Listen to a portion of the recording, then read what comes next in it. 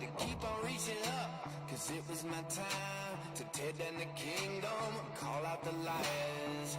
Got a jail on my heart from the pessimist. Aloha! It is such a privilege to join all of you here tonight. Thank you for your patience. It's worth the wait, right? What a special week to be here to join all of you. A few things have happened. Not sure if you caught it in the news. 2 former Democratic presidential candidates have endorsed Donald J. Trump to be president of the United States.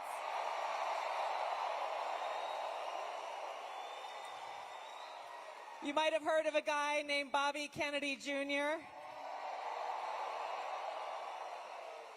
And I was really proud to stand with President Trump just this past Monday to announce my endorsement and support for him in front of thousands of my National Guard soldiers and airmen, fellow soldiers and airmen.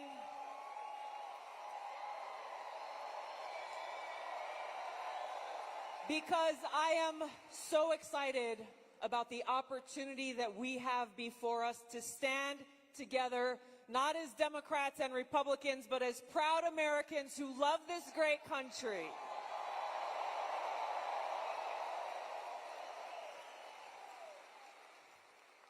There's a lot of work to be done.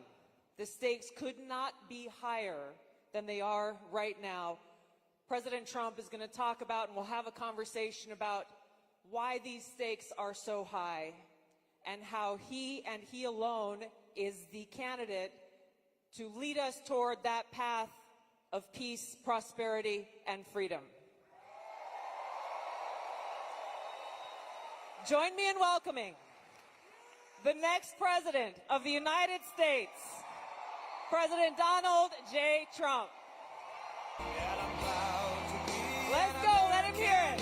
Where at least I know I'm free, and I won't forget the men who died, who gave that right to me, and I gladly stand up next to you and defend her still today, 'cause there ain't no doubt I love this land. God bless the USA.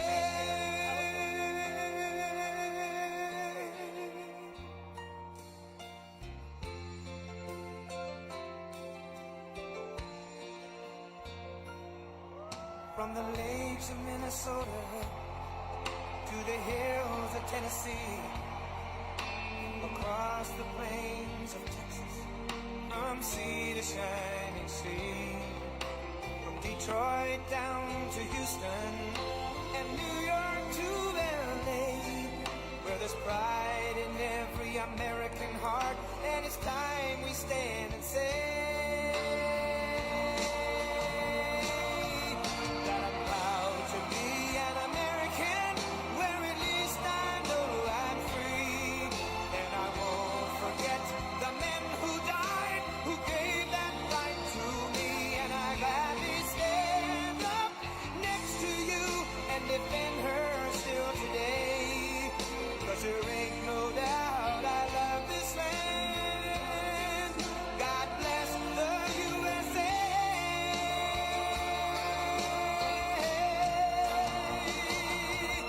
And I'm proud to be an American, where at least I know I'm free, and I won't forget the men who died, who gave that right to me, and I gladly stand up next to you and defend her still today, 'cause there ain't no doubt I love this land. God bless the USA.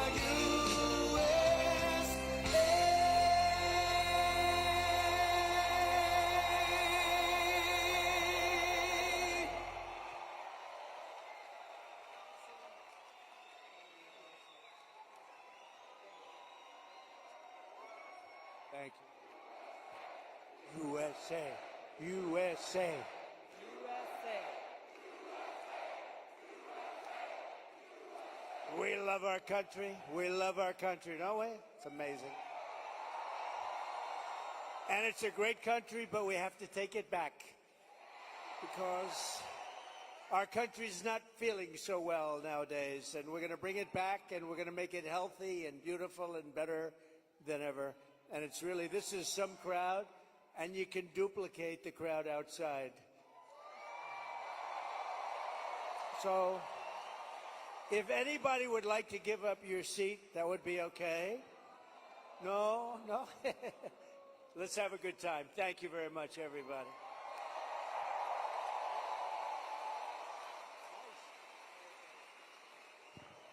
That song gets me fired up every It's time.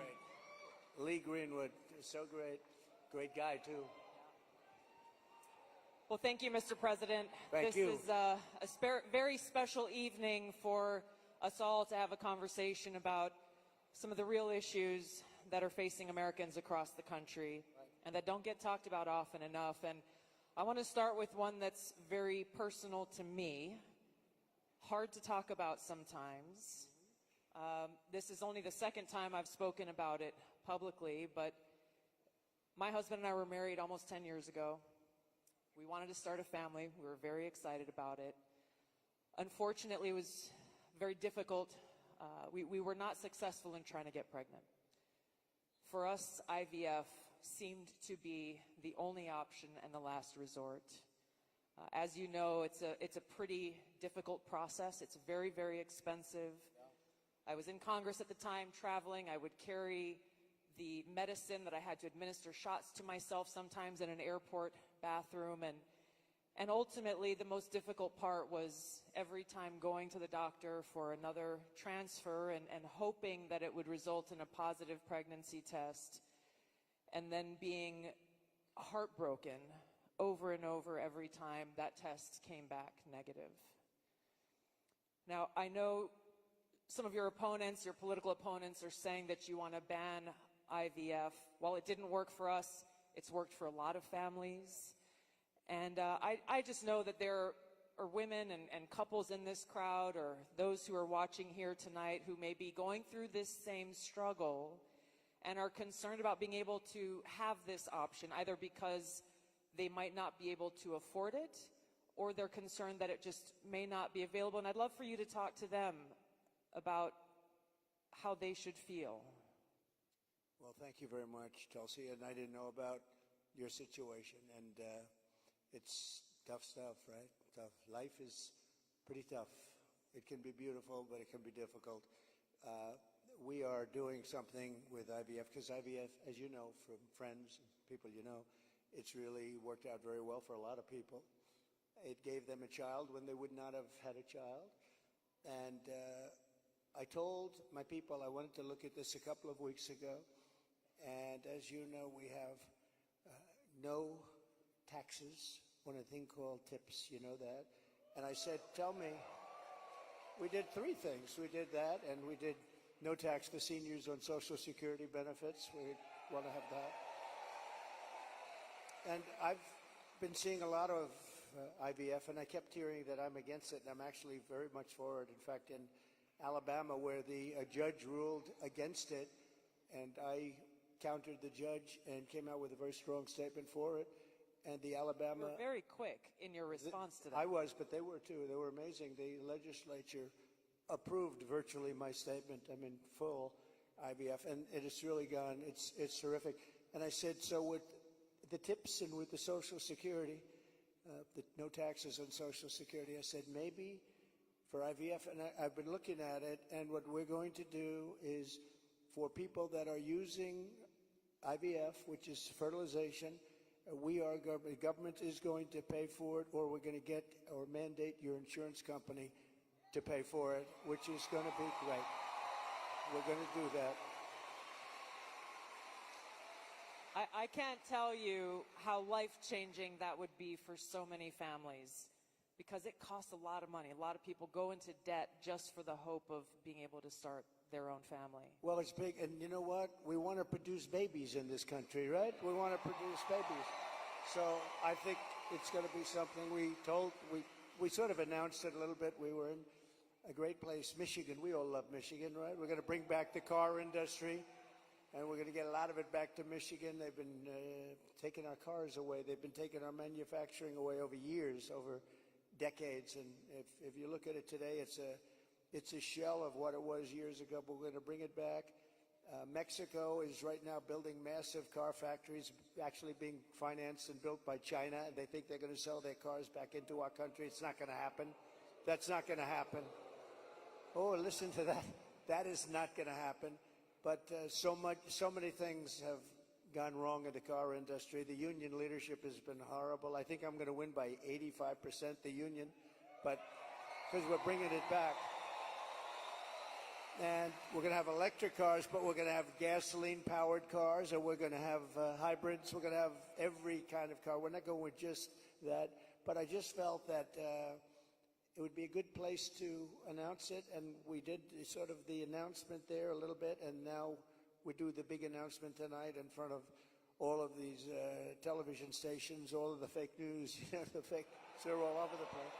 They're all over the place. I don't know what's going on. We don't even know, I was saying, because we're doing this, and I finished, and I figured I was going to come here, and we were going to make a speech. I had a speech all set for you. I was ready.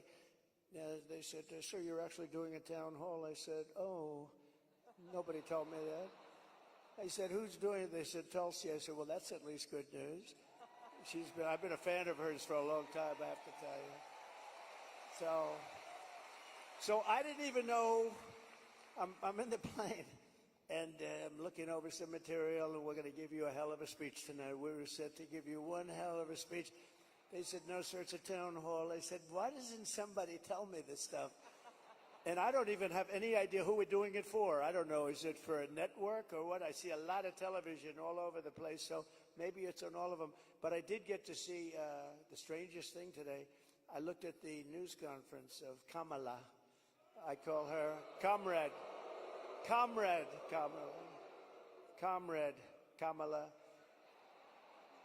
She's you know that. She's a Marxist. Her father was a Marxist before her. So she was brought up in the family tradition. And she really is, and this country is not ready for a Marxist. We don't want a Marxist as a president. And she destroyed San Francisco. She destroyed California. And we're not going to let it destroy our country. I'll tell you, it's not going to happen. So, but just to finish, so for some reason she doesn't want to talk to anybody. So she's either not the smartest light in the ceiling. I'm trying to be nice here. I want to be. They say, be nice, sir, be nice. It's hard to be nice when somebody is destroying your country and wants to destroy your country. It's hard to be like nice. But she is, she was a terrible vice president. She was a terrible border czar, worst in history probably, not just in this country. But the border, millions and millions of people, I say 20 million plus, have poured through the border during their term. I had the safest border in the history of our country. They have the most unsafe border in the history of the world. And they're coming through, and many of them are from prisons and jails. There's a slight difference, as you know, prisons and jails.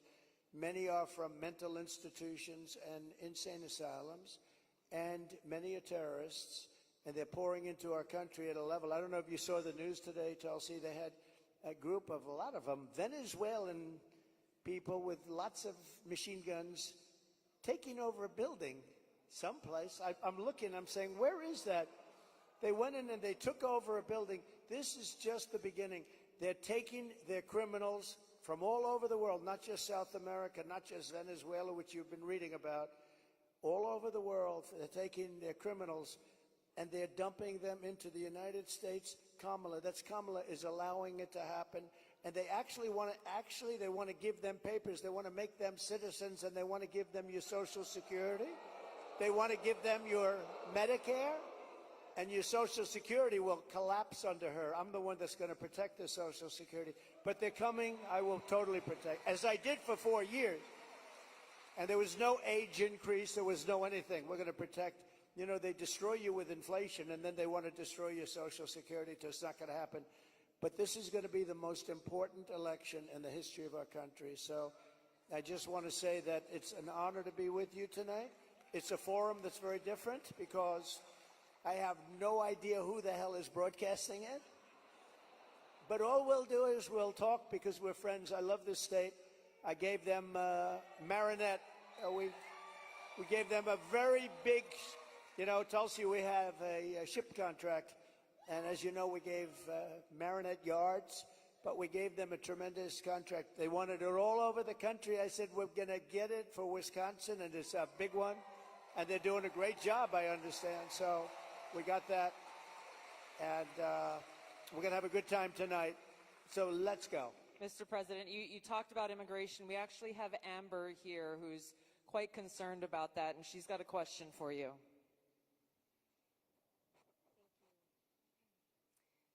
Mr. President, hello. My name is Amber, and I'm from Cameron, Wisconsin. I have 3 beautiful children, and I'm torn on who to support.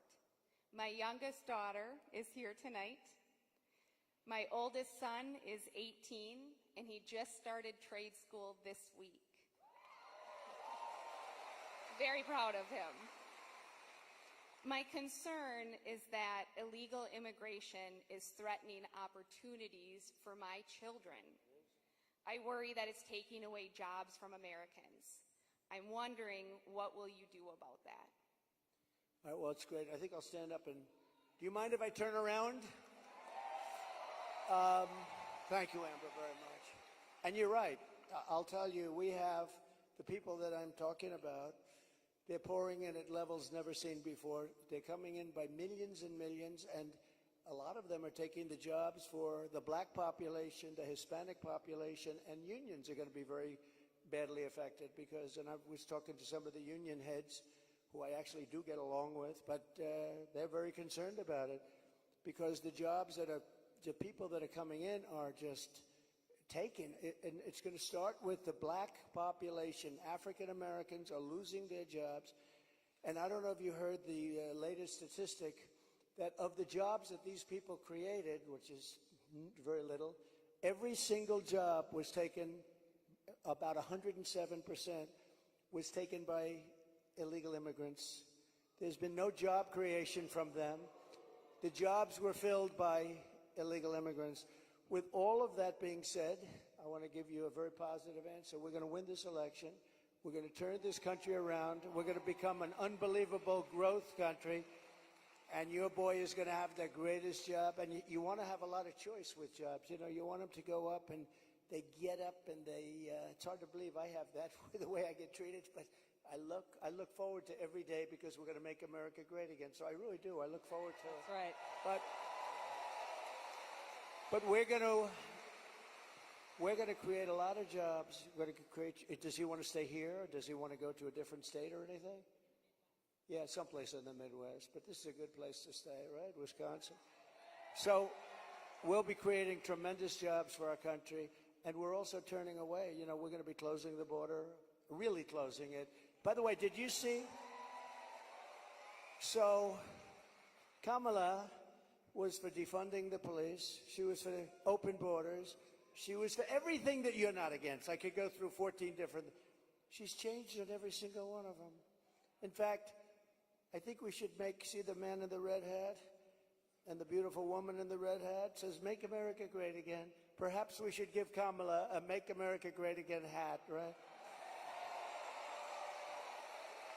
But the problem is, that's not her belief. Her belief is open borders. Her belief is getting rid of Social Security. Her belief is doing all of these plans like for health insurance, where you have one big government-run mess. And if you have private plans, a lot of the people in this room have private plans. They're incredible plans. They worked hard to get those plans, and that's what they want. But with her, she wants to have, it's really a communist type of government. And I just saw her, Tulsi, she was sitting behind a desk doing this interview. And I said, "Dana Bash, you could make yourself big tonight. All you have to do is be fair." I haven't seen the questions, but they gave out a sample. In fact, she's going to be on later on tonight with a taped. It was a taped. We're doing it live. Why are we doing it live and she's doing it taped? But that's right. He's real. But she was sitting behind that desk, this massive desk, and she didn't look like a leader to me, I'll be honest. I don't see her negotiating with President Xi of China I don't see her with Kim Jong-un like we did with Kim Jong-un. So we're going to have to see what happens. I'll tell you what, November 5th is going to be the most important day in the history of this country. Will be. Mr. President, there are a lot of people who want to feel hopeful about our future. I want to introduce you to Luke, who is one of those people. Hi. Hello, Mr. President. Good-looking guy. Thank you. My name is Luke Pulaski, and I'm a junior here at the University of Wisconsin-La Crosse. I'll be voting for the first time in November, and I'm researching each candidate. I have two questions for you. First, as I've been living on my own and buying my own gas and groceries, I have noticed that everything has become more expensive. For me personally, I try to eat healthy and stay lean. A pound of meat has gone from $4 to almost $7. I also would like to buy a home someday, but that seems just impossible now. What's your plan to make life more affordable and bring down inflation for someone like me? Very good. Thank you. Good. It's probably the question I get most. You know, they say you're going to vote with your stomach. I don't know if you've heard it, but it's a little bit true. And groceries, food has gone up at levels that nobody's ever seen before. We've never seen anything like it, 50, 60, 70%. You take a look at bacon and some of these products, and some people don't eat bacon anymore. And we are going to get the energy prices down. When we get energy down, you know, this was caused by their horrible energy wind. They want wind all over the place. But when it doesn't blow, we have a little problem. This was caused by energy. This was really caused by energy and also their unbelievable spending. They're spending us out of wealth, actually. They're taking our wealth away. But it was caused by energy. And what they've done is they started cutting way back. We were in third place. When I left, we were by far in first place, beating Russia, beating Saudi Arabia. And we were going to dominate to a level that we've never seen before. And then we had a bad election. I'll be very nice. I'm supposed to be nice when I talk about the election, because everybody's afraid to talk about, oh, please, sir, don't talk about the election, please. You know, if you can't talk about a bad election, you really don't have a democracy if you think about it, right?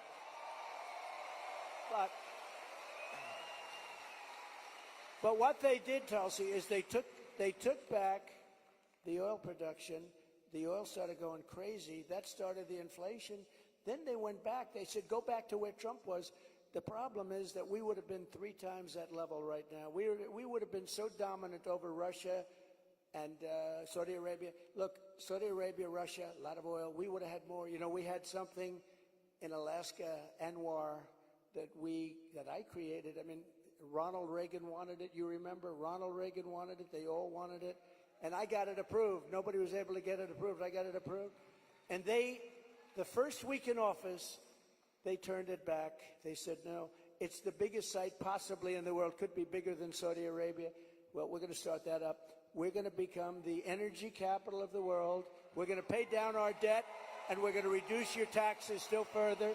And your groceries are going to come tumbling down, and your interest rates are going to be tumbling down. And then you're going to go out, you're going to buy a beautiful house, okay? You're going to buy a beautiful house.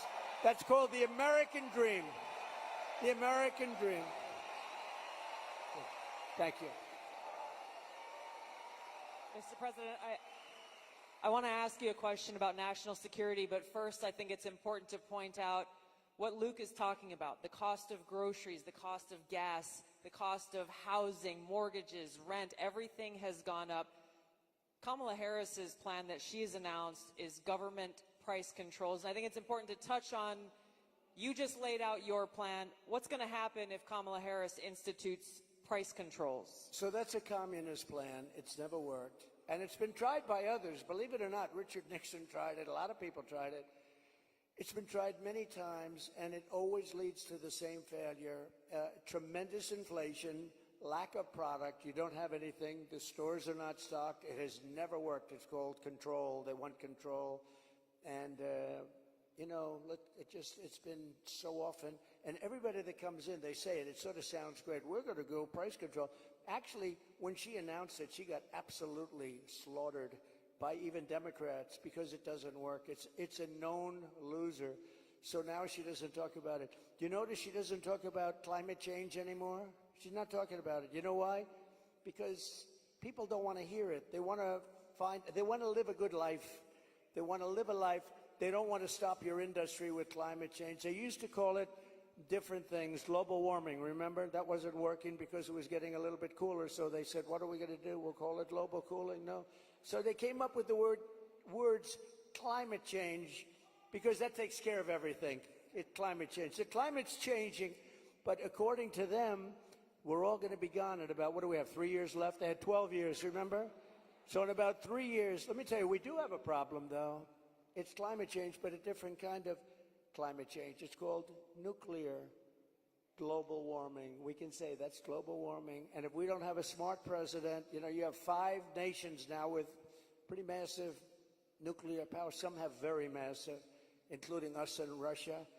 China's behind, way behind, but within 4 or 5 years they'll catch up, and we don't want them to catch up. Look, the biggest problem, in my opinion, the biggest problem our country has, the biggest problem the world has, is nuclear weapons. They are a destructive force, the likes of which nobody has ever seen before, and we have to make sure they're never used. We have to make sure it's not going to happen. You're exactly right. You brought up Ronald Reagan already. Ronald Reagan famously said, a nuclear war can never be won and should never be fought. And I think it's interesting you talked about climate change, Mr. President. The Democrats and Kamala Harris, they were quick to talk about how climate change is an existential threat. But what they're not talking about is the existential threat of nuclear war and World War III, which is exactly where we sit today because of the warmongers and their puppets, Joe Biden and Kamala Harris. And they don't want to talk about it because the consequence of where they have taken all of us as the American people and the world is economic hardship around the world, a destruction of our economic well-being, and an annihilation of humanity, our families, our kids, our communities around the world. There's a recent poll that YouGov did that pointed out over 60% of Americans feel that World War III and nuclear war is going to happen within 5 to 10 years. And when I heard that, I felt so sad because they're at a point where they feel like this outcome, the annihilation of the world, is inevitable. So I wanted to ask you about this because it's important that people understand what kind of leadership you bring, what you will do to stop this slide towards nuclear war and World War III so that we can feel hopeful again.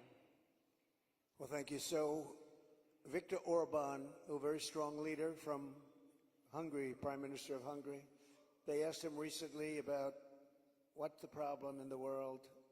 A few years ago, during my term, we didn't have Israel being attacked. We didn't have Russia attacking Ukraine. And they asked him, why is it so bad now? The Middle East is on fire. So many places are on fire, and there are plenty places that could very well and very quickly catch on. What's the problem? He said, you have to bring Trump back as president of the United States. You will have no problem. He single-handedly kept things, and it's true. And I could do it with telephone calls by being smart. But literally, he said, you have to bring Trump back. Now, he used a term I wouldn't use. He said everybody was afraid of Trump. You know who was afraid of Trump? They said China was afraid of Trump. Russia was afraid of Trump. They were all, and I don't want to say that. I will say this.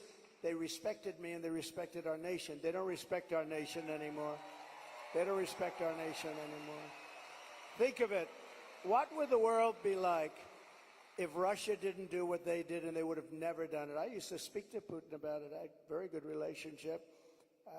No chance. You know what happened, I think, Afghanistan, when he saw the horrible leadership that we displayed in Afghanistan, I think he said, wow, this is a time to go in, because I wasn't there. He would have never done it if I was president, and Israel would have never been attacked. Think of it. What would this world be like? You wouldn't have had that disaster. And it wasn't leaving Afghanistan. And they should have kept Bagram. That's the big air base. It's 1 hour away from where China makes its nuclear weapons. They didn't keep it. You know who occupies it now, Tulsi? China occupies it. So we have, if you have the right president, and we don't right now, do we even have a president? He just came in, think of it. He just came in from wherever the hell he went. You know, there was a coup. He just doesn't know it yet. But there was a coup. How about that? He got 14, I'm not a fan of his. He was the worst president. But think of this. He got 14 million votes. She was the first one to leave, you know. Kamala was the first one to quit. She never made it to the first state in the primaries, which was Iowa. Never even came close. Other people did, but she never even came close. And all of a sudden, she was picked, and she's now running for president. And look, it just started, really. It just really started. The polls have us up here. We're up in states, but it's close. It's close. It's close, and you know they cheat like hell, so we don't want to have it too close. But we have to win this. We're not going to have a country. But with him, I was so far up. We had a thing called. How did he do in the debate? Did you think he did well? Not too good. No, they wanted to have a debate. I said, okay, it's a little bit early, isn't it? I was trying to talk them out. I said, well, it's a little early for a debate, right? And they said, well, I think we'd like to do it. And that was not a good debate for them. That was not a good debate. So that was the beginning of the end for him. And they started looking. But they picked a woman that had absolutely no votes. She got no votes. And now she's running. So when you say threat to democracy, they are a threat to democracy. I'm not a threat to democracy. I'm not a threat. Thank you. Mr. President, crime and the rise of crime is on the minds of a lot of people. I want to call on Danielle here, who has a question for you. Hi, Danielle.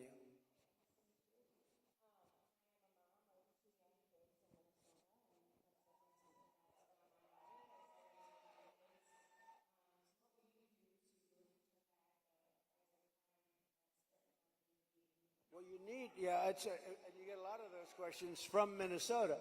But you get a lot of those questions because Minnesota, I mean, they picked this guy.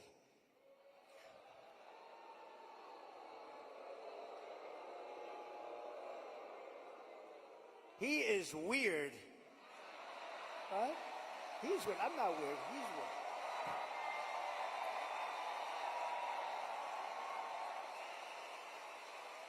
No, he's a weird guy. He's a weird dude. You know, see, they come up with sound bites. They always have sound bites. And one of the things is that JD and I are weird.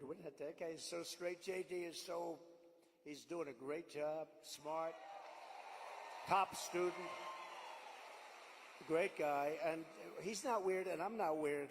I mean, we're a lot of things. We're not weird, I will tell you. But that guy is weird, don't you think? You know, he signed for, and this is, who would think that this is even happening in our country with men playing in women's sports and all of this, but he has it at a level that nobody can believe. A bill that every boy's bathroom will have tampons, okay? Hence his name, Tampon Tim. But think of it. Think of it. And you know, on the question of abortion, he is the one, abortion in the 9th month. And if the baby in Minnesota, and I'd love to win Minnesota because those people aren't digging this guy. They're not digging this guy. But think of this. 6 states, Minnesota's one of them.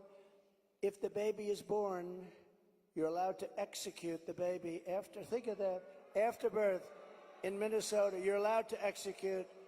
And you remember the former governor, not the current governor, who's terrific, Len Youngkin. We're going to win maybe Virginia. We could do that. But the former governor, and he said, you sit the mother down and the father down. You sit them down and you talk. And the baby is born and you make a decision what to do. He meant, do you execute the baby after birth?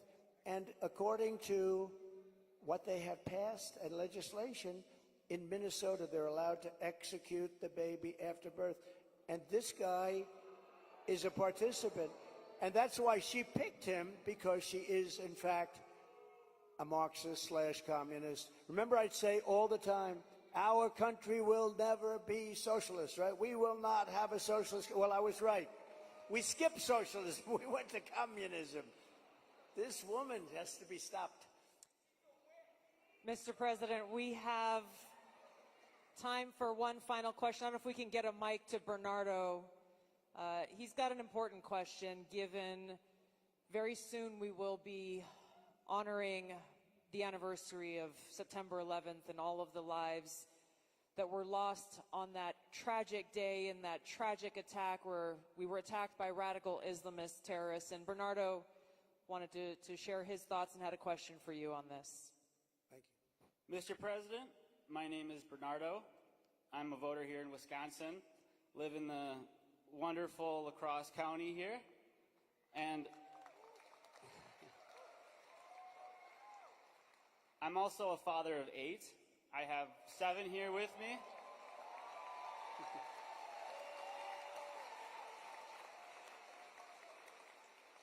And it's the anniversary of 9/11 is coming up. I'm concerned that we're more vulnerable now than ever. And we have a Democrat nominee who doesn't even want to say the words, says we shouldn't say the words, radical Islamic terror. How are we going to protect America from a terrorist attack?